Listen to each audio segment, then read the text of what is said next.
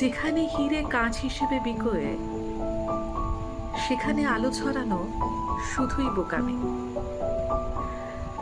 আপনি উজাড় করে ভালোবাসলেন, তারা মাপল শুধুই নিজেদের প্রয়োজনে। তৃষ্ণাহীন মাটিতে শ্রাবণ হয়ে ঝরে পড়ার কোনো মানে হয় না। আপনার আত্মত্যাগ আর নীরব কান্না সেখানে কেবলই এক পশলা নাটক।